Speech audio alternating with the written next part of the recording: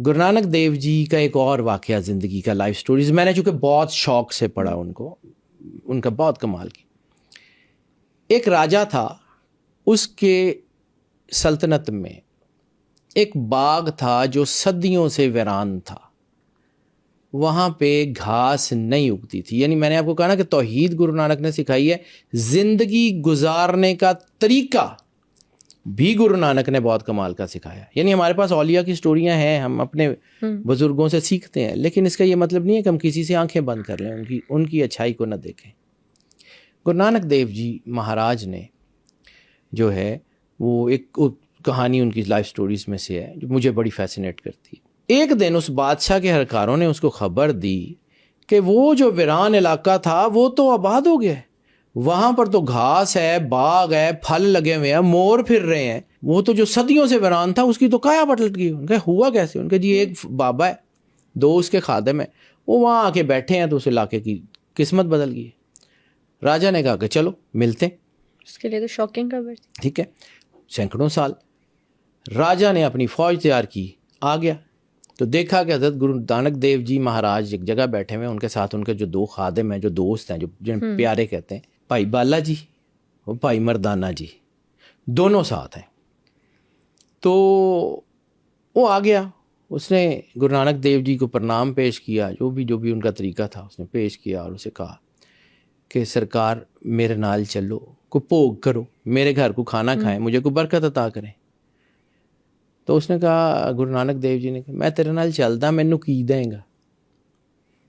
तो राजा जो है वो उसने कहा, जी सरकार राजपाट ਤੁਹਾਡੇ ਨਾਂ लिख देना। उन्होंने कहा ਇਹ ਤੇ तेरा है नहीं, तेरे तो पहले तेरे ਵੱਡਿਆਂ ਦਾ ਸੀ, ਤੇ ਜੇ ਕੋਈ ਸ਼ਤਰੂ ਕੋਈ ਦੁਸ਼ਮਣ ਆ ਗਿਆ ਤੇ ਫਿਰ ਉਹਦਾ, तेरा तो नहीं। मैनू कुछ देना है तो कोई अपनी चीज दे।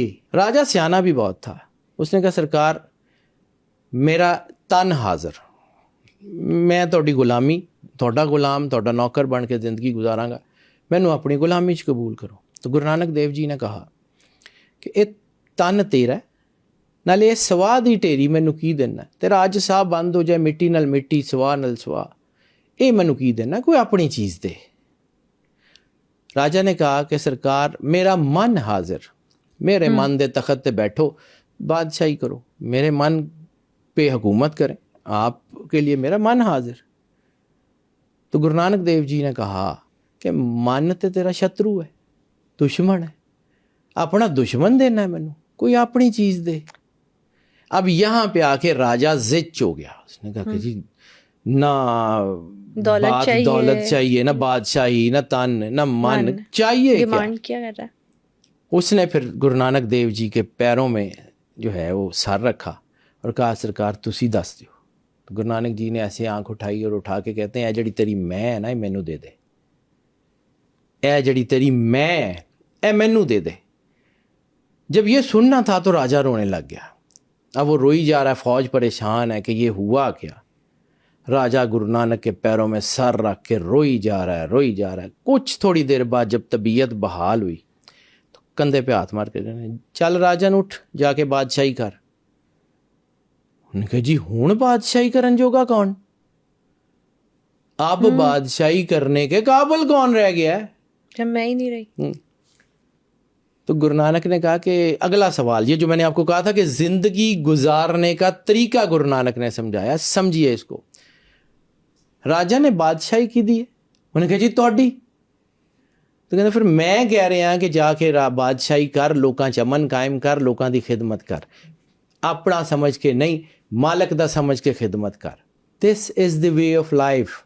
जिंदगी अल्लाह ने दी है, अल्लाह की अमानत है, लफ्ज़ अल्लाह ने दिए हैं, अल्लाह की अमानत है, आपकी ताकत अल्लाह ने दी है, अल्लाह की अमानत है। Use it for the betterment of the humanity.